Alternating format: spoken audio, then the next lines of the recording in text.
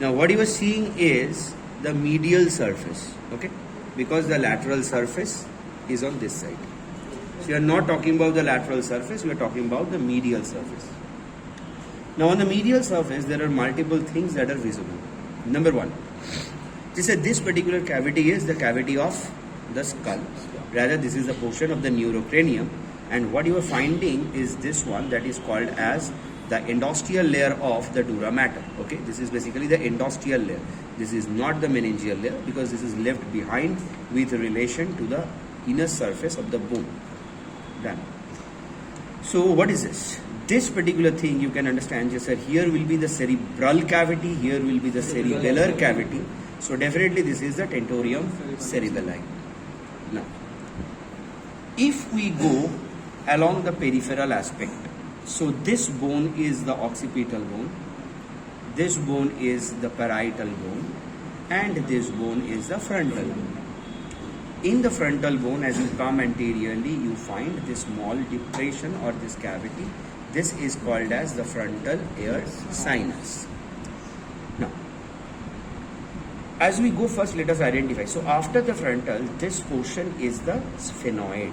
Okay, this bone is the sphenoid. So this portion is the basis sphenoid. This portion is the sphenoidal air sinus, and you know that sphenoidal air sinus is a part of its body. Next, above the body we know this is what is called as the sella turcica. Okay, this is the sella turcica. Here you will be able to see this particular structure. What is this particular structure? So this one is the pituitary gland resting in the sella turcica. Okay, this is the pituitary gland resting in the sella turcica. Now, what is this? Yes, sir, this is the nasal cavity. Here lies our hard palate anteriorly, right? This is the bony portion anteriorly. Here you are getting the soft part, that is the soft palate. So this is the hard palate and this one is the soft palate. Above the hard palate, this is the nasal cavity. Below the hard palate, this is the oral cavity. So automatically you can understand that this is the nasal cavity with a major lining of pseudostratified ciliated columnar epithelium. This is the oral cavity which is having a non-keratinized stratified squamous epithelium. Now, so this is the nasal opening, right? This is the upper lip. This is the lower lip. Behind the upper lip, this is the upper jaw. So this is the portion of the incisor. Now, above it, this is the nasal cavity. You can see this portion of the nose, this part of the nose.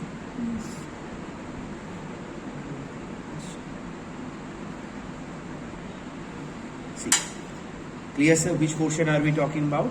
Yes, sir, we are talking about this particular portion, okay? We are talking about this portion here. Now, this is the portion of the nose which is called as the nasal vestibule.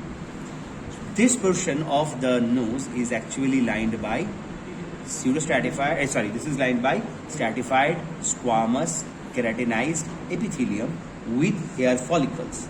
So what does that mean? Yes, sir, this is lined by skin. This is lined by skin. So we know that the outermost portion of our nasal cavity has got hair follicles, and that is basically the portion of the skin. Now above it, this portion is referred to as the atrium of the nose. So this is the vestibule. Above the vestibule, this is called as the atrium of the nose. Behind the atrium, we are getting these projections, right? This shelf-like projection 1 and this shelf-like projection 2. This particular shelf-like projection which is above, this is called as the middle meatus. The middle, this one is your, middle concha, and this one is called as your inferior concha. Now, one of the thing is, sir, when you are dealing with this sagittal section, do not define them as the concha. Rather, always call them as the middle turbinate and the inferior turbinate. So what is the difference between the turbinate and the concha? Concha is the bony projection, whereas turbinate is the bone which is covered with the mucosa. Okay, so it is covered with the mucosa. So this is your middle turbinate, this is your inferior turbinate, and here you will get a small superior turbinate. Okay, this is what is the superior turbinate. Now, so this was the vestibule, this was the atrium. So this is your superior turbinate. So below the superior turbinate, what do we have? We have the superior meatus. This is the middle turbinate. Below the middle turbinate, what do we have? We have the middle meatus. This one is your inferior turbinate. So below the inferior turbinate, what do we have? We have the inferior meatus. Clear? So this is your hard palate. Above the hard palate is the inferior turbinate. Between the hard palate and the inferior turbinate, we have the inferior meatus. Between the inferior turbinate and the middle turbinate, we have this space called as the middle meatus. Between the middle turbinate and the superior turbinate, we have got this gap which is called as the superior meatus.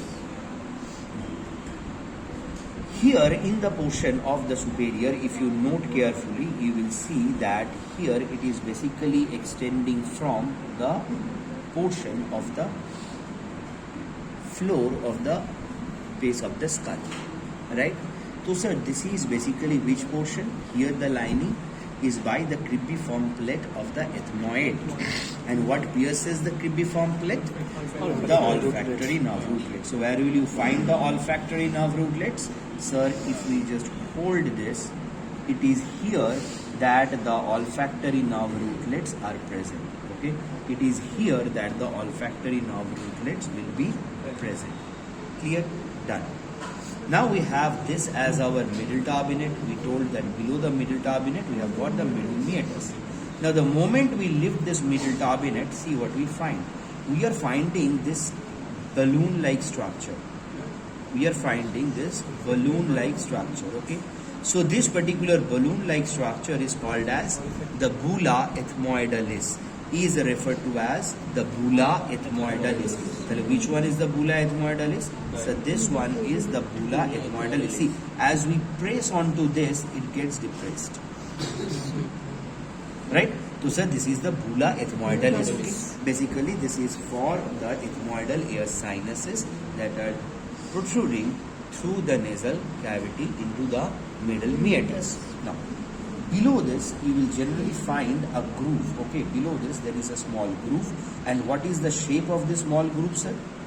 This is shaped like? J. No, it's like a half moon. Okay, so it is called as the hiatus semilunaris. It is referred to as the hiatus semilunaris. So where do you find it? So this is the bulla ethmoidalis. Below the bulla ethmoidalis, here is the hiatus semilunaris. Now, what are the structures that are opening here? Here you can actually very softly, you can, no, it's actually broken, so it will be a bit difficult, it might just break the rest of it. Here you will actually get opening of multiple air sinuses. Okay? On the floor of this hiatus semilunaris, this is visible. It has gone inside, sir? Yes. So it is now inside the maxillary air sinus. Okay? So it is going inside the maxillary air sinus. So the hiatus semilunaris on the floor. So this is the hiatus semilunaris and this is the floor. So on the floor of the hiatus semilunaris, what do we have? We have the maxillary air sinus.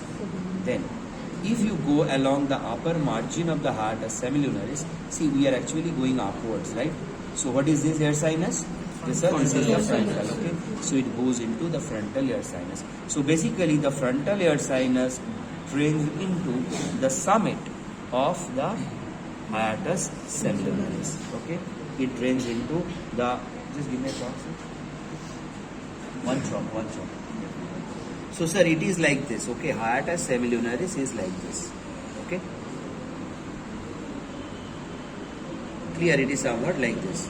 So here is the opening for maxillary air sinus and here is the opening for the frontal air sinus. Clear? Done. And definitely on the bulla ethmoidalis, what opens? Yes sir, it is the ethmoidal air sinuses. On the bulla ethmoidalis, you have got the ethmoidal air sinuses. Now comes this one is your inferior turbinate. Below the inferior turbinate, what is this space? This is called as the inferior meatus. So we lift the inferior turbinate. See here you will be getting a small opening.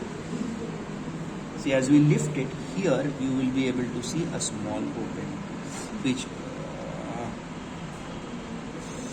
not very well found here. Okay, so here you will actually get the opening for the nasolacrimal duct. Okay, so below the inferior turbinate is which space? Is the inferior meatus. And what opens in the inferior meatus? Is the nasolacrimal duct. So this was our hard palate. So we know the composition of the hard palate: anterior 3/4 by the palatine process of the maxilla, posterior 1/4 by the horizontal part of the palatine bones.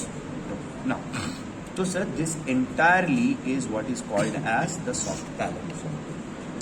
Now you are finding this region, right? So here you have the vestibule, the atrium, then you have the region of the meatus and the turbinate. Posterior to it, you are finding this zone, right? So this particular zone is called as the nasopharynx. This particular region is referred to as the nasopharynx. So what opens in the nasopharynx? Sir, you can see this opening, this large opening here, sir. Major. So this particular opening, this large opening, right? Yes, sir. This particular opening is called as the opening for the pharyngotympanic tube. Okay, this is the opening for the pharyngotympanic tube or the eustachian tube or the auditory tube. So this is basically the medial opening of the pharyngotympanic tube, whose lateral opening is towards the medullary cavity. Okay. Now, surrounding it, you are getting this elevation. See, there is an elevation. Yes or no? There is an elevation. So this particular elevation is referred to as the tubal tonsil. This is referred to as the tubal tonsil. Now, so this is the lateral wall of the nasopharynx. Okay. So anteriorly, the nasopharynx is continuous with the nasal cavity. Inferiorly, the nasopharynx is continuous with what is referred to as the oropharynx. So this is the nasopharynx. See, it is coming to the oropharynx. Okay. So inferiorly, nasopharynx continues with the oropharynx. Anteriorly, nasopharynx continues with the nasal cavity. So this is the roof of your nasopharynx. On the roof of the nasopharynx, we get another tonsil which is called as the nasopharyngeal tonsil or the adenoids. Okay, which is called as the nasopharyngeal tonsil or the adenoids. For the beginning, remember nasopharyngeal tonsil. So we have the vestibule, atrium, the region of the meatai and the turbinate. Posterior to it, we find the nasopharynx. So there is a lateral wall of the nasopharynx where there is opening of the pharyngotympanic tube and it is guarded by the tubal tonsil. Posteriorly and superiorly, we have got this which is called as the nasopharyngeal tonsil. So inferiorly, it is continuous with the oropharynx. So here is your soft palate. Okay. So the nasopharynx is continuous with the oropharynx through what is called as the nasopharyngeal isthmus. Okay, the nasopharyngeal isthmus, guarded by the palate, soft palate anteriorly, and the posterior wall of the pharynx posteriorly. Now, as it comes down, we will know two things. Sir, this is your tongue, right? If we just lift the tongue, yes, sir, if you actually pull up this palate above, you would actually find two folds. One of the fold goes towards the tongue, the other one goes towards the pharynx.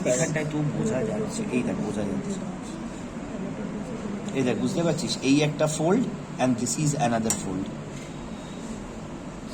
এই দেখো এই যে একটা fold পিছন দিকে যাচ্ছে, right? There is a fold that is going posteriorly, right? And there is a fold that is going anteriorly. So the one that goes anteriorly to the palate is called as the palatoglossal fold. The one that goes from palate to the pharynx is called as the palatopharyngeal. Now see, this is actually having a base formed by the posterior third of your tongue. Now this is the anterior 2/3 of the tongue, right? So this is the cut section of the tongue. This is the tip of the tongue. This is the anterior 2/3 of the tongue. And this one is the posterior 1/3. Basically identified by the presence of the so-called lingual tonsils. So-called lingual tonsils, right? You can see these elevations. These are the lingual tonsils. So this is the posterior third which is actually forming the palatoglossal, palatopharyngeal, so it's a triangular region bounded by palatoglossal, palatopharyngeal folds, base formed by the posterior third of the tongue. Apex is where palatoglossus meets with the palatopharyngeus. This particular region is called as the palatine fossa. Okay, this is called as the palatine fossa. What is present here is that here you get the palatine. It is basically the palatine fossa. Yes, sir, it is called as the tonsillar fossa. It is called as the tonsillar fossa, and here you get what is called as the palatine tonsil. Okay, you get the palatine tonsil. Okay, so what is present? What is the boundary of the tonsillar fossa? It's a triangular region bounded anteriorly by palatoglossal fold, bounded posteriorly by base by posterior apex by point where meeting of the those two. And here, what is the content? palatine The palatine tonsils. So you have got the tubal tonsil, you have got the nasopharyngeal tonsil, you have got the palatine tonsil, and you are getting the lingual tonsil. All these tonsils taken together forms the Waldeur's ring. Forms the Waldeur's ring. Now, this is basically the region of your oropharynx. Okay. This is the region of your oropharynx. Each জায়গাটা হচ্ছে sir oropharynx, whose anterior boundary is definitely the posterior third of the tongue. The posterior third of the tongue. Posteriorly is the wall of the pharynx. Okay, so it is continuous with the nasopharynx above. Inferiorly, so this is the epiglottis. Okay, এইটা হচ্ছে sir epiglottis. So this is the anterior 2/3 of the tongue. Here is the posterior 1/3 of the tongue. You follow it, and then you get this depression, the valley. And then you get this structure, which is the epiglottis. This is called as the vallecula. This is called as the vallecula. Okay. Now, so vallecula is bounded by anteriorly the posterior third of the tongue, posteriorly by the presence of the epiglottis. Now, so this is basically your trachea continuing, and rather this is the larynx. Okay. Larynx. Now, posterior to the larynx, sir, what is this cavity? This is the esophagus. So, what is your laryngopharynx? Sir, the portion of the pharynx which is lying behind this region, that means behind the larynx, is referred to as the laryngopharynx. So, laryngopharynx is superiorly continuous with the oropharynx. Anteriorly you have the larynx, but the boundary of the larynx, it should be remembered, it coincides with the tip of the epiglottis. Okay, so this is called as the vallecula. Now this is the epiglottis. So this portion that is now entering like this, right, it is entering like this into this portion. So sir, this particular portion is referred to as the inlet of the larynx. See, it can actually be closed. Okay, so this is basically the inlet of the larynx, and you can then get introduced inside the larynx. Posterior to the larynx lies the oropharynx, then the laryngopharynx. Then below the level of the cricoid, the larynx continues as the trachea, whereas the laryngopharynx continues as the esophagus. Okay, so below the level of the cricoid. Why cricoid? Because cricoid is the lowest cartilage of the larynx.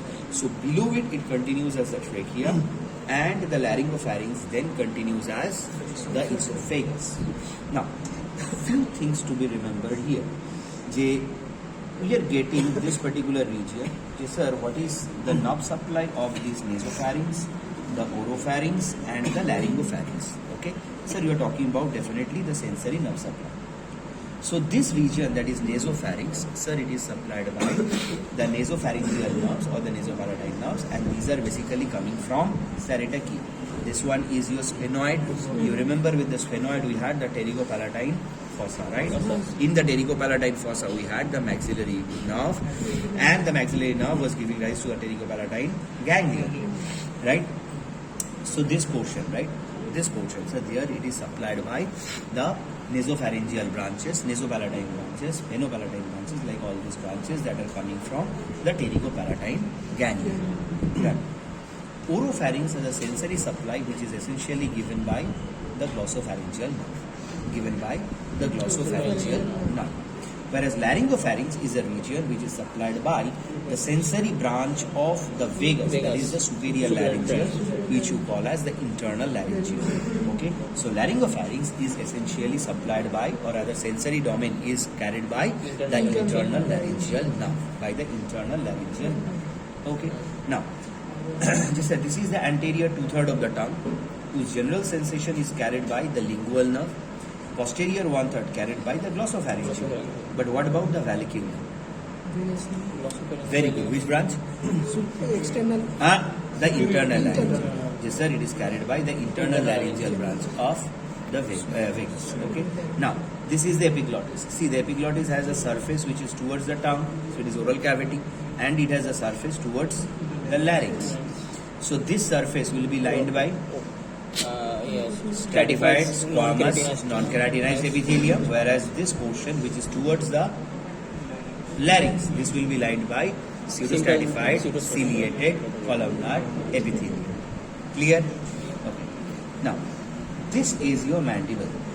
This is the lower lip, this is the mandible. So from here, and you will have to find out the, yes sir, here is your hyoid. Okay, this is your hyoid. Okay.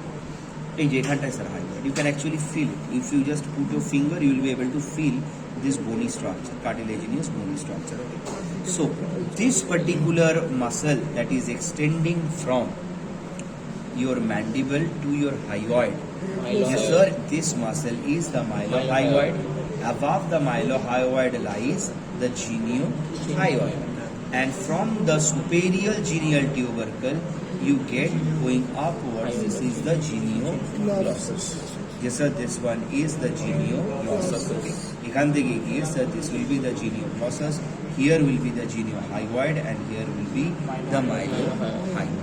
Okay, so these are the three muscles that are present here. Okay.